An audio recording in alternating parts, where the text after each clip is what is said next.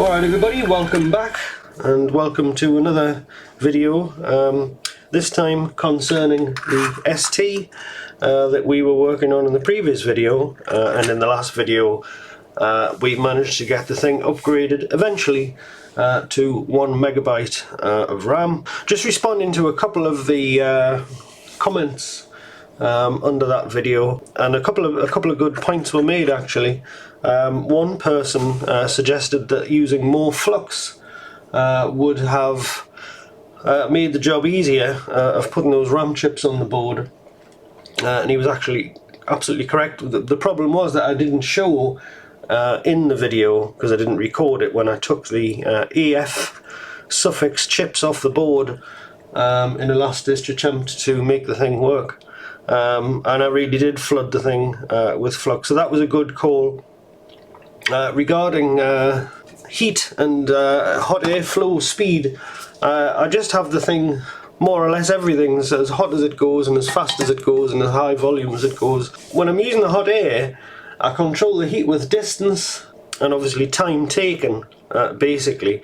I haven't found the reason that I do that, the reason that I've got everything turned up to the max, is that when I've been using cheaper equipment, and I did for a long time use a cheap hot air station, it was actually a 2-in-1 thing, and a cheap soldering iron, and you know you're always struggling to get heat into the board, especially when I was trying to work on stuff like MacBooks. It just wasn't a lot of fun. And what you end up doing, if you haven't got the power and you haven't got the heat and the airflow, is you just end up cooking the board, and you'll see a board that's been just basically braised endlessly as you try desperately to heat the thing up to get a chip off. I remember trying to get a MOSFET off an HP stream board, so I don't know how many layers that had, and the old hot air station that I had just could not get that chip off the board. And then when I got this one, it was easy, dead simple. So that's how I've sort of picked up that habit of going in hot and fast. I've got a plan, and it's as hot as my pants! But the thing with those DRAMs, they were just, the legs, they weren't a typical surface mount chip, they were more like a PLCC design. So I was a little bit in two minds whether to go in with a soldering iron or use hot air. So yeah, definitely a bit of a learning experience, that one, no question about it. So anyway, what's happened now is when I've come to fix the power LED on this keyboard here, move that around there, so this power LED here is busted. I don't quite know why, because when I reaffixed it to the board, it worked, and then I put it back together and then it stopped working, so I'm not too sure what's going on with that yet. The floppy light's fine. So yeah, this is basically, this board is fine. I just need to change that LED, and I'm going to obtain said LED from this donor board here, another keyboard, which is a spare. Now this spare comes into its own for reasons that will become obvious. So when I came to actually dismantle this original keyboard to get into it so I could fix the LED, well, it was a bad move taking it apart, because these, as you can see, bits, fragments lying around here, many of these screw points, they must have shattered when the thing went down the stairs. And although the keyboard looked fine from the outside, when you actually took the screws out, they kind of came out, for the most part, they came out easily. As you can see, some of them survived. There's a few that didn't get destroyed, but many of them did.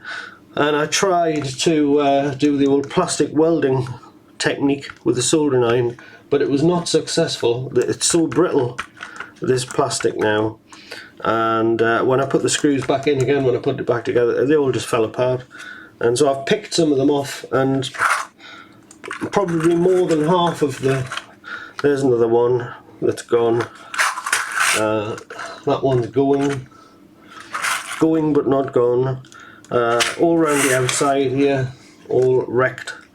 So what I've decided to do is abandon this frame completely, but of course the keys on it are so nice.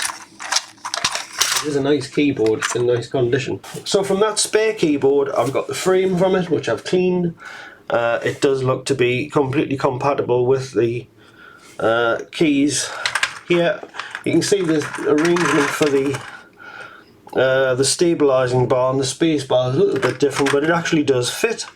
It's just the same, so hopefully this is going to be a straight swap of all the keys across to this one, and I'm going to fix that LED and we should have a nice working keyboard. As you see, the design's a little bit different, but it is basically the same. Oh, it's got a part number somewhere on this thing. Has it got a part number on it? This one has. It's got Frame 2 written on it there. Frame 2 it says. This one's got, oh yeah, there we go, Frame 1. Right, so this is obviously the first revision of the Frame 1. And I think what they've done with version 2, they must have decided that it needs some extra sort of stiffening with these bits up here. But I think that's all they seem to have done, more or less. And obviously they've taken away some of the clips. So version 2's got fewer protrusions there, holding that spacebar stabilisation bracket thing in. And they've just put some extra sort of stiffening things in. But anyway, it'll do, it'll work, and all the screw holes in the back look fine. So we're going to have a nice rigid keyboard when we're finished. So I'm going to clean up a little bit. I'm going to clean this mess up, and then we're going to transplant everything across. Let's grab this power LED from this board here, and we'll pop it on the other one.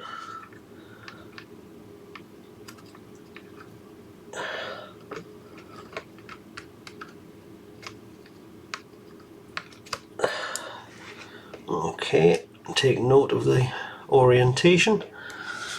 Right, this should be nice and straightforward, hopefully. So I'm not 100% sure what's wrong with this one, but it never works. So off it comes.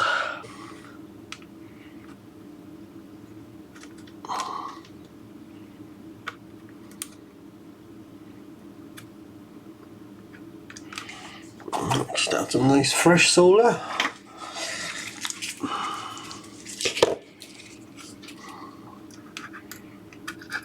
It's quite difficult to see what the hell is going on here, actually.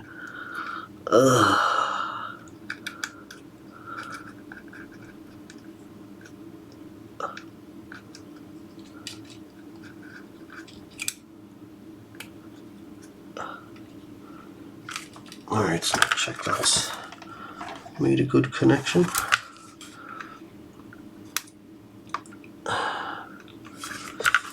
Right, that looks okay. So I'm going to test it with everything in position. Careful with this power supply because it's got live mains in it. And yes, we get a light.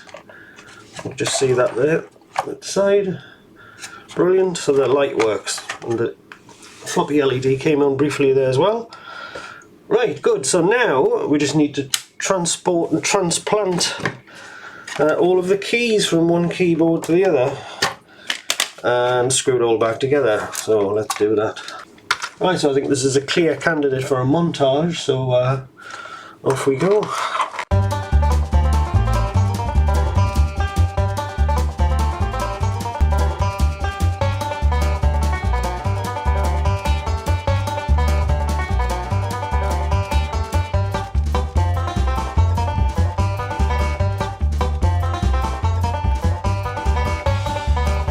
Now the method for mounting the return key stabilising bar is different on this keyboard, but I think it's all going to work with the original, or rather with the transplanted return key, hopefully.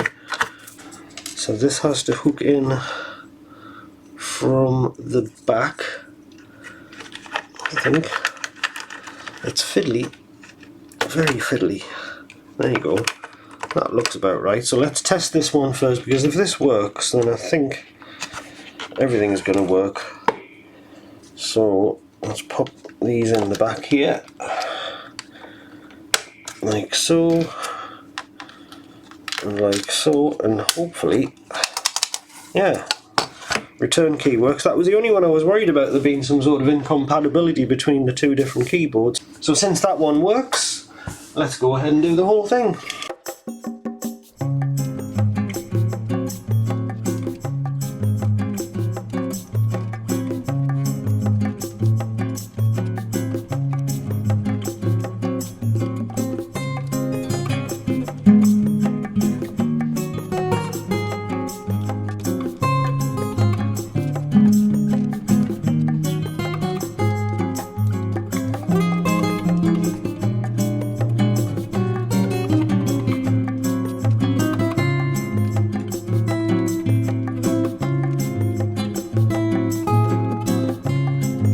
there we have it, one completed keyboard. And I think that looks very, very nice indeed. So the next part's pretty miserable because it involves putting all little rubber domes inside, and if you put them on when the keyboard is resting like this, they all tend to fall out. So you really want it ideally to be elevated like this. Now what I'm going to do, I just need some things of a suitable height to balance the thing on, and we can balance it in 3 corners. So we can use this here, and we just need something on the other side. That'll do. There we go, so that's lifted the whole thing up suitably. So now we can pop these back in. Another montage.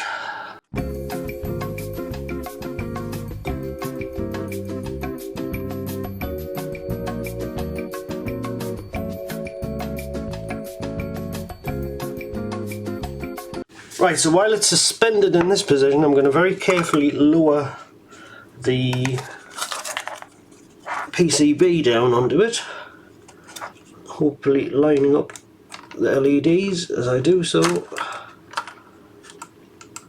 Come on.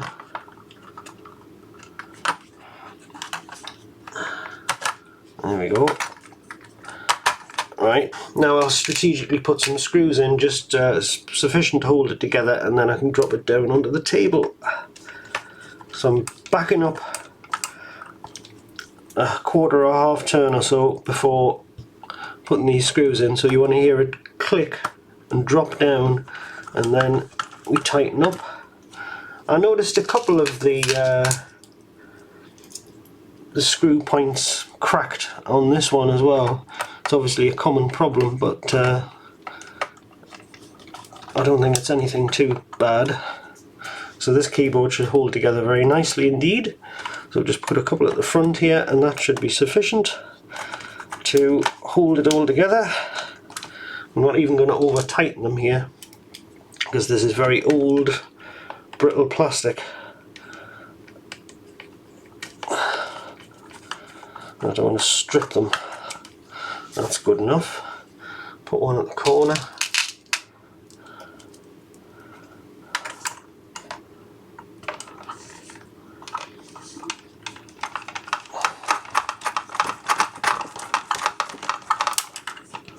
Oh, I felt a crack there as well. Very, very brittle.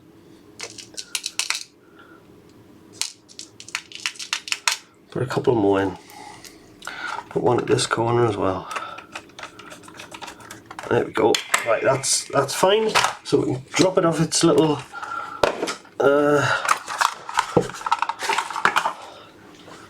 moorings there, and just double check that everything feels okay. Nothing got jammed or when I put the back on. It certainly feels fine.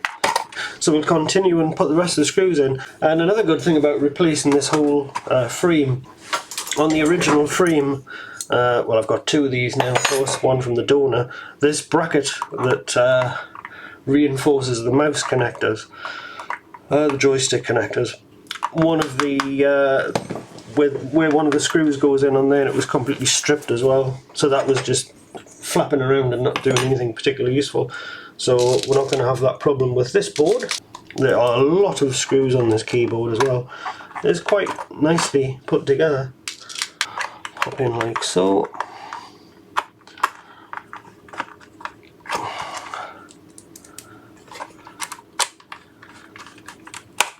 That's better. Just double check, make sure I haven't missed any screws, because of course I've got more screws than I need from 2 different keyboards, so I can't just keep going until I've got no screws left, but that looks correct. So there we go. So right, I think we better give it another test. Power light working. That's it. So yes, I think we can actually go ahead and put the machine back together. Right, so let's reassemble the machine. The only thing I'm a bit concerned about is the pillar. One of these drive pillars snapped off again. I did try and stick it down, but it doesn't seem to want to stay I'll give it one more try with the glue. I could of course steal one from another machine if it came to it. I'll put a dab of glue on it for now. It probably won't stay put, but try.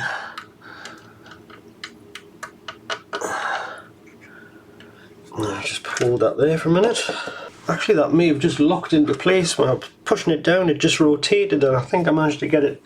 If you get something like that glued in the right position, it can sometimes get a stronger bond. So, oh, it's just moved again. Damn. I'll see if that holds.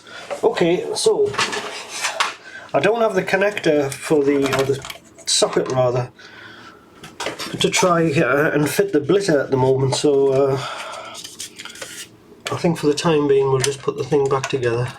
Standard ST is much easier to actually reassemble than the STE, because the STE has this extra sort of shielding that's bonded to the back, and it's a real faff actually to get the thing put back together.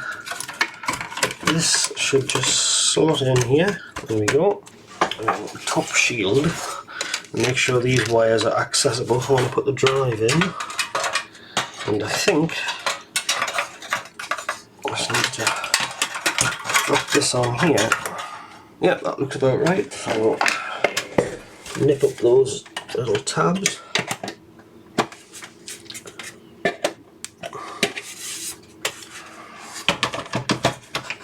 Right, put the drive in. And these little brass standoff here.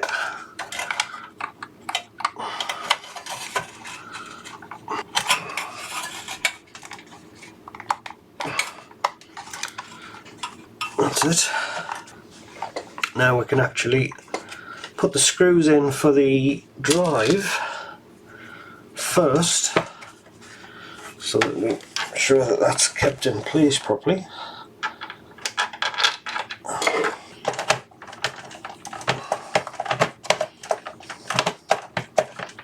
Now we've got a few screws to go in here before we do anything else. Two screws go right down here.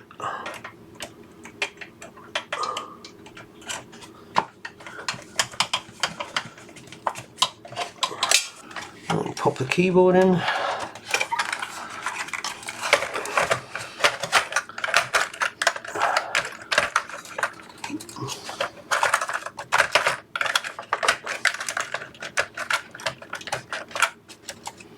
Okay, and the top case. And flip her over. And we've got a further few screws to put in here.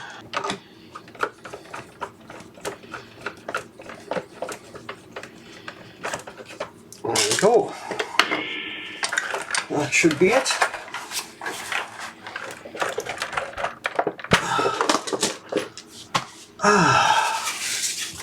Alright, so here's the ST all put back together, and I think it looks rather nice. It's still got the protective film on the badge there, which I think we'll leave for the moment. In all seriousness, there's been times when I've tried to take this protective film off computer case badges and it's took the paint off. So if I was to take that off, I'd probably heat it up first or something. I don't think it's doing any harm. So as you can see, it's got the Gotek drive in the side here. If I just lift it up, so you can have a proper look.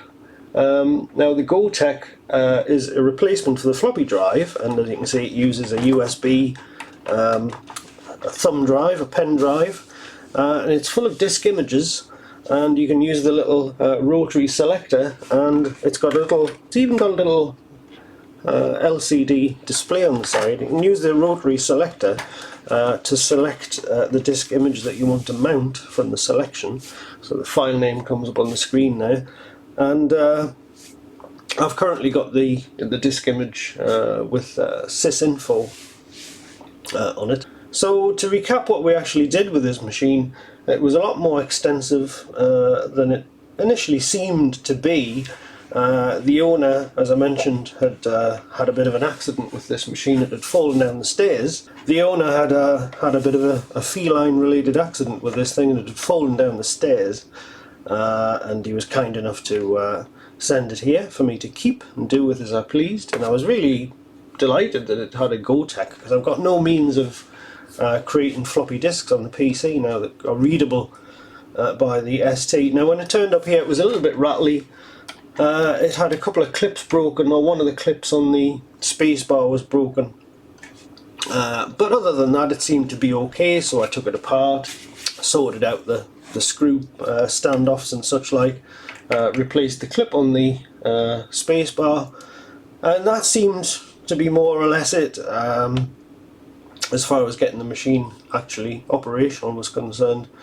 Give it a little bit of a wipe down, but I mean it's in fantastic condition, as you can see. But yes, as we've seen, when I actually came to have a closer look at the keyboard, the reason being that I wanted to fix the power light, the keyboard was really in a hell of a state. Fortunately the keycaps were all so nice that it made sense to transfer them over to the new frame, or the spare frame that I've used. So really, the case is solid now, the keyboard's completely fixed, it's upgraded to 1 MB, as you saw in the previous video, so rather a nice machine. Now one thing that really isn't very nice about the Atari ST is the mouse that comes with it. This thing, I retro-brighted it about a year ago using my Magic Light box. It looks pretty good on camera actually, but believe me, it's starting to turn yellow again already. These things are just absolutely terrible. I've got about 4 of them, and this is about the best looking one there is. Of course, it's a ball mouse, and the buttons are horrendously clunky, and the DPI isn't great, and it's not comfortable in the hand. I mean, it works, but if you really must have that full retro experience, you can use it, but why not use something better? Now, regular viewers of the channel may be familiar with the video that I did on the MouSTer device. Now this thing, I didn't really have time to play with it too much, and I tried a few months ago to do a firmware update on the thing. The designer kindly keeps emailing me the updates in case I forget. Well, today I finally got around to doing it because I wanted to test it again with this machine. And before I did the firmware update on the MouSTer, I'll put the links in the description so you can you know where to buy this thing. It's a great little device. It also works with the 8-bit with the graphical OS that I was busy writing. I think it was actually the first time I tried it with the ST. Today, unbelievably, I'd tested it previously with the 8-bit. Before I did the firmware update, it was a little bit on the slow side. I thought the tracking could have been a bit quicker, but I did the firmware update and that fixed the problem completely. So as you can see, I've got a Wi-Fi. Supposedly it does work with wired USB mice as well, but I didn't have much luck with the wired mouse that I had here, but it works brilliantly with this little Logitech wireless mouse, just a cheap one. It's a M171. I like these mice, I've got a couple of them, but yeah, it works great with that. So I'll plug it in. Obviously it plugs in the same place as the standard mouse does, in this ridiculously awful position that Atari decided to put the mouse connector. And then we'll turn the machine on and I'll show you how nice and smooth it is. Alright, so here's the machine booted up. Now the tracking, it's quite nice. That I don't like it to be too slow, and I think there's a configuration file anyway that you can edit. You put it on the device. If you plug a USB drive into the MouSTer and power the system up, it writes a configuration file to the thumb drive if it's not already there. You can then edit the configuration file, put it back in, power it up, and then take the USB thumb drive out again, and it takes on the new values that you've put in. And I think this is the DPI conversion rate of 5, I think. I don't know if he changed it in the new firmware, the default value, but it seems very nice. And I mean, it's just great to be able to use a nice modern mouse with this system. It's just so much more pleasant. I'm sure you can set the double click delay. No, well, I'm not absolutely sure about that. Maybe the ST handles it. So there we go. We're on sysinfo just to make sure the machine still works. The RAM upgrade still works. Total ST RAM 1024 kilobytes. So there we are. The machine still works. Fantastic. And that's probably a good place to stop actually before anything else goes wrong. One thing I have been looking at is the idea of doing a 4 megabyte upgrade on this machine. Although it would actually, now that after all the work I went through to get the thing upgraded to 1 megabyte and working properly, it might not be a great idea to try and jeopardize that by trying to modify it again. I don't know. Although you can deactivate the onboard RAM. I was looking at the 4 megabyte SIM upgrade. There's a lot of soldering involved in it, but I'm sort of half tempted, because it'd be nice to be able to run Magic and Geneva and all that sort of thing on there. I don't know offhand how much RAM those things need. And I'm also been looking at a newer Ultra Satan. I'd like to be able to demonstrate a hard disk on this machine. I do have an Ultra Satan, but it's one of the really, really old ones from about 10 years ago, which had a case taped together. It needs a funny 9-volt DC power supply, I think. I think I've got one somewhere, but I can never seem to find the adapter. But it does work anyway. I've got it if I need it, but Litharic's got some nice cased ones, and there's also an Ultra Satan Mini that he's brought out, which that also needs external power, unfortunately. But yeah, that'll be kind of fun. So I might have to spend a little bit more money on these machines, these STs, so we can play with some more toys. But anyway, I hope you did enjoy that one. I think the keyboards turned out particularly nice. And if you'd like to see more ST stuff, a couple of people have already said that they would, so that's good. Over Christmas and the New Year, I'm going to go back to, well, I already have actually, trying to get this Side 3 loader update finished. And I want to thank Marius over in the Netherlands for sending me another Side 3, which was desperately needed. I have to say, I had the production cartridge and the prototype, and the prototype not the most reliable. There's a lot of chips and things got changed on that, but yes, thanks to Marius for that and for the other stuff he sent in. Big shout out to Marius. And yeah, so I hope you enjoyed this. I will do another sort of programming video about the Side 3 loader, as I say, quite shortly, because there's going to be something to show. I've been working very, very hard on that, and there's just no... the amount of code required and the amount of testing, there's just no way around it. It's just a big job. So yes, we can expect some news about that shortly, within the next week or two. I'd like to get that released maybe by the new year. And in the meantime, thank you very much for your support. Thanks to those who support the channel via Patreon, and thank you to everybody who watches and shares the videos. And I'll take the opportunity now to wish you all a Merry Christmas and a Happy New Year, and look forward to a bright and free 2022. Yeah, some chance of that. But yes, in seriousness, thank you very much for watching during 2021, and I will see you in the new year, I would imagine. And so, bye-bye for now.